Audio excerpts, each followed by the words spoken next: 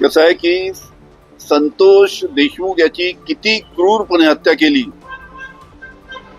याचे काही चार्जशीट मध्ये जी माहिती आलेली आहे, जे त्याचे फोटोग्राफ्स आलेले आहे आणि टीव्हीच्या माध्यमातून काही त्याची क्लिपिंग जे दाखवण्यात आलेले आहे, त्याच्यामुळे अतिशय क्रूरपणे संतोष देशमुख याची हत्या करण्यात आली.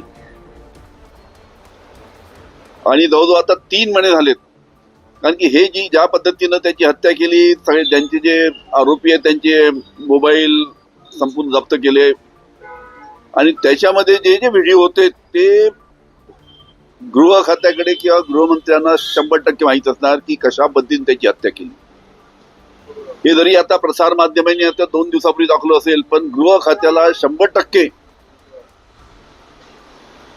ते व्हिडिओ त्यांच्याकडे असणार. किती क्रूरपणे संतोष देशमुख यांची हत्या केली त्याच्यामध्ये त्या व्हिडिओमध्ये आहे.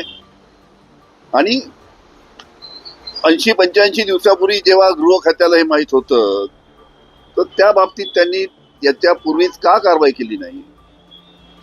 हे जेव्हा संपूर्ण क्रूर ज्या पद्धतीनं त्याला संतोष देशमुख याची हत्या करण्यात आली क्रूरपणे, आणि हे जेव्हा जनतेसमोर आलं आणि जनतेमध्ये ज्या पद्धतीचा आक्रोश त्या निमित्तानं निर्माण झाला,